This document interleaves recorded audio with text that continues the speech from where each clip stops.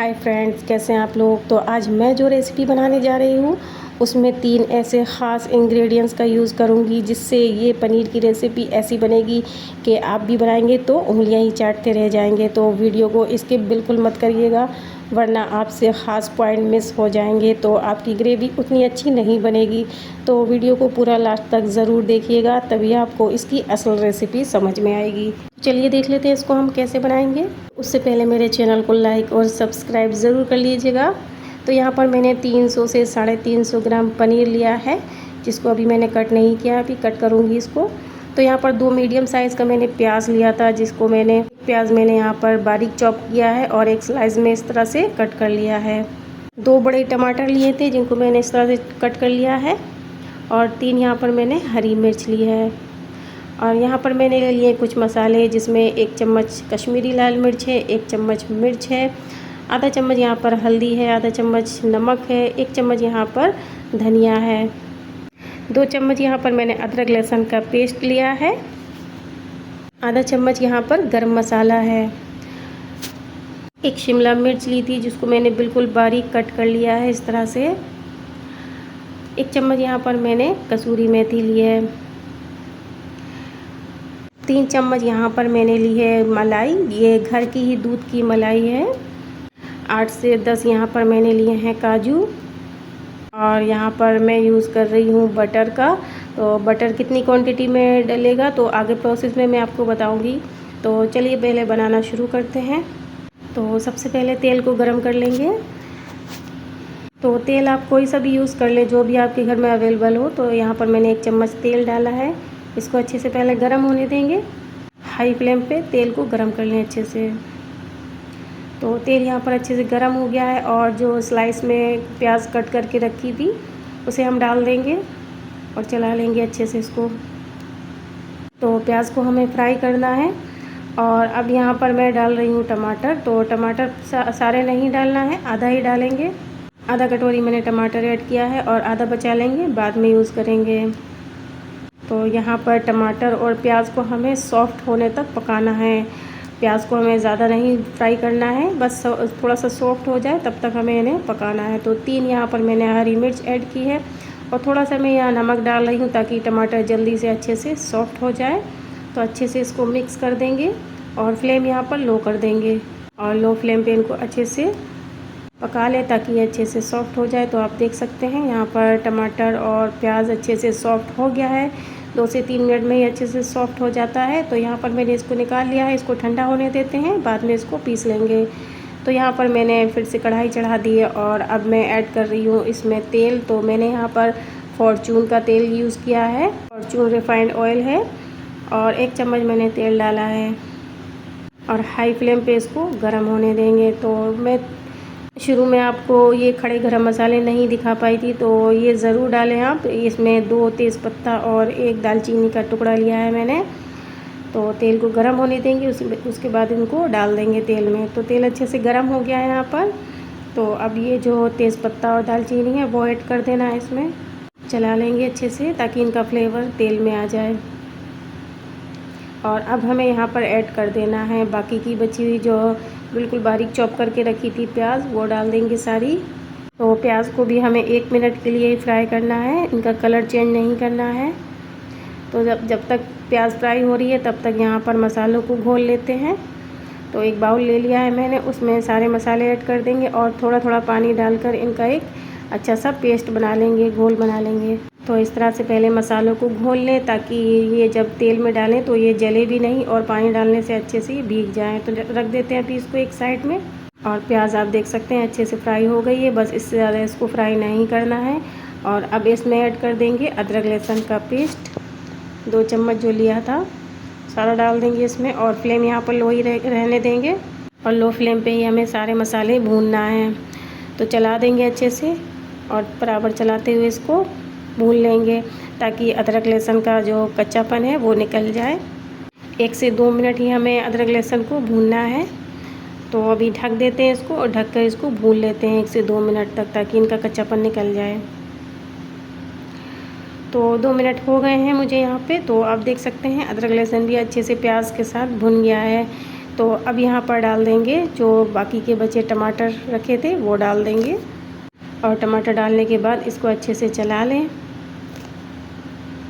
और चलाने के बाद इसको ढक देते हैं ताकि टमाटर अच्छे से सॉफ्ट हो जाए। तो यहाँ पर आप देख सकते हैं मैंने यहाँ पर 1 से 2 मिनट टमाटर को पका लिया है अदरक लहसुन के पेस्ट के साथ। तो टमाटर अच्छे से सॉफ्ट हो गया है, और जो अब मसाले घोल के रखे थे तो वो ऐड कर देंगे अब इसमें। तो मसाले डाल देते हैं, और जो बाउल में थोड़ा सा मसाला लगा है उसमें थोड़ा सा पानी डालकर वो भी डाल देंगे इन मसालों में। थोड़ा सा ही पानी डालें, ज़्यादा नहीं डालें। तो अच्छे से इसको मिक्स कर लें और डाल देते हैं इसको, और अच्छे से इसको चला लेंगे एक बार और ढक देंगे इसको। और मसालों के साथ हमें यहाँ पर 2 से 3 मिनट भूनना है, लो फ्लेम पे ढक देते हैं और भून लेते हैं। तो तब तक हमारे मसाले भून रहे हैं, तब तक हम यहाँ पर जो प्याज और टमाटर का पेस्ट था वो हम इनको पीस लेते हैं। तो छोटा वाला मिक्सी का जार लिया है, इसमें आसानी से ये पिस जाएंगे। तो डाल देते हैं इसको, टमाटर और प्याज को, और एकदम फाइन इसका पेस्ट बनाना है हमें। तो इसके साथ ही साथ मैं ऐड कर रही हूँ इसमें जो काजू लिए थे, इसी के साथ पीस लेंगे। इसको डाल देते हैं और इसको पीस लेते हैं। तो यहाँ पर मुझे पानी की ज़रूरत महसूस हो रही, तो मैं थोड़ा सा ही पानी ऐड कर रही हूँ। अगर आपको पानी की ज़रूरत लगे तो आप यहाँ पर पानी ऐड कर सकते हैं। तो मैंने यहाँ पर दोबारा से इसको अच्छे से पीस लिया है, आप देख सकते हैं एकदम फाइन पेस्ट बन गया है। तो अभी निकाल लेते हैं इसको एक बाउल में और रख देते हैं इसको एक साइड में। तो चलते हैं मसालों की तरफ। तो मसाले भी यहाँ पर अच्छे से भुन गए हैं, आप देख सकते हैं तेल भी अच्छे से मसालों ने छोड़ दिया है। तो अब इस पॉइंट पे मैं ऐड कर रही हूँ इसमें शिमला मिर्च। तो ये आप जो शिमला मिर्च ज़रूर डालें, इससे टेस्ट बहुत अच्छा आता है, अलग ही टेस्ट आता है बिल्कुल। और शिमला मिर्च डालने के बाद इसको 1 से 2 मिनट भून लें अच्छे से बंद करके इसको। तो यहाँ पर मैंने 1 से 2 मिनट इसको पका लिया है, आप देख सकते हैं। और शिमला मिर्च भी अच्छे से पक गई है इसके साथ। तो अब मैं ऐड कर रही हूँ इसमें ये जो मसाले पीस के रखे थे, प्याज और टमाटर का पेस्ट बनाया था, वो ऐड कर देंगे और अच्छे से इसको मिक्स कर लेंगे। तो जो मैंने शिमला मिर्च डाली है वो आप ज़रूर डालिए, और बिल्कुल छोटे छोटे टुकड़ों में कट करके डालिए ताकि बिल्कुल मुंह में ना आए और मसालों में अच्छे से बिल्कुल घुल जाए। तो यहाँ पर मैंने 2 चम्मच बटर ऐड किया है, और बटर डालने के बाद इसको अच्छे से चला के और ढक देते हैं इसको। और अब हमें मसालों को पकाना है 3 से 4 मिनट के लिए लो फ्लेम पे। तो यहाँ पर जब तक मसाले पक रहे हैं तब तक यहाँ पर पनीर को फ्राई कर लेते हैं। तो मैंने इस तरह से ट्रायंगल्स में पनीर को कट कर लिया है। तो आप जिस शेप में चाहे उस शेप में इसको कट कर लें। और थोड़ा सा मैंने यहाँ पर पनीर ग्रेट कर लिया है। तो इस तरह से अगर आप ग्रेट करके डालेंगे तो पनीर का एक अलग ही लेवल का टेस्ट आता है पनीर में। तो ज़रूर थोड़ा सा ग्रेट करके ज़रूर डालें। तो अब यहाँ पर पनीर को हम फ्राई कर लेते हैं। थोड़ा सा तेल डाला है मैंने, और जब तेल गरम हो जाए हल्का सा तो अब इसमें बटर ऐड कर देंगे 2 चम्मच। तो बटर डालने के बाद अब हम यहाँ पर पनीर ऐड कर देंगे और पनीर को हल्का सा फ्राई कर लेंगे, ज़्यादा फ्राई नहीं करना है, बस हल्का सा ही इनका कलर चेंज हो जाए। तो अच्छे से चला लें इसको और इसको फ्राई होने दें, उलट पलट करके इसको अच्छे से फ्राई कर लें। तो आप देख सकते हैं यहाँ पर पनीर अच्छे से फ्राई हो गया है, बस इससे ज़्यादा इसको नहीं पकाना है। तो अब फ्लेम को हम बंद कर देंगे और इसको रख देंगे अभी एक साइड में। तो यहाँ पर मसाले चेक कर लेते हैं। तो आप देख सकते हैं यहाँ पर मसाले अच्छे से भुन गए हैं, मसालों ने तेल भी अच्छे से छोड़ दिया है। तो अब हमें बना लेना है इसकी ग्रेवी। तो आप जितनी भी गाढ़ी चाहें उतनी ग्रेवी इसकी कर सकते हैं। तो मैंने यहाँ पर 1 कप ही पानी डाला है। पानी डालने के बाद इसको अच्छे से चला देंगे एक बार, और चलाने के बाद इसको जब तक पकाएंगे तब तक ये तेल ना छोड़ दे, अच्छे से ये पक जाए। तो ढक देते हैं इसको और बीच बीच में इसको चलाते रहेंगे। तो यहाँ पर आप देख सकते हैं 2 से 3 मिनट इसको पका लिया था मैंने, और इसमें अच्छे से बॉयल भी आ गया और तेल भी मसालों ने अच्छे से छोड़ दिया है। तो अब इस पॉइंट पे मैं ऐड कर रही हूँ इसमें पनीर जो फ्राई करके रखा था, सारा डाल देंगे इसमें। और अब डाल देंगे इसमें आधा चम्मच जो गरम मसाला लिया था वो ऐड कर देंगे, सारा डाल देते हैं इसमें।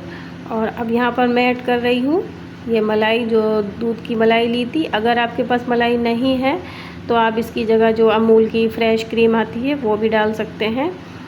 तो 3 चम्मच ही मैंने डाली है यहाँ पर मलाई, और अच्छे से इसको मिक्स करते हुए पका लेंगे क्योंकि मलाई जमी हुई है, तो इसमें डालने के बाद अच्छे से ये मेल्ट हो जाएगी। और अब मैंने इसमें ऐड कर दी है कसूरी मेथी 1 चम्मच।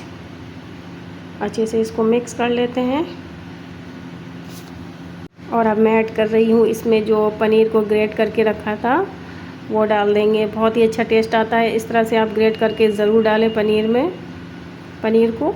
अच्छे से मिक्स कर दिया है। और अब मैं यहाँ पर डाल रही हूँ ये 2 चम्मच किसान का टमाटर सॉस। ये आप ज़रूर डालें, इससे एक अलग ही लेवल का टेस्ट आता है, बहुत ही ज़बरदस्त टेस्ट आएगा इसमें आपके पनीर का।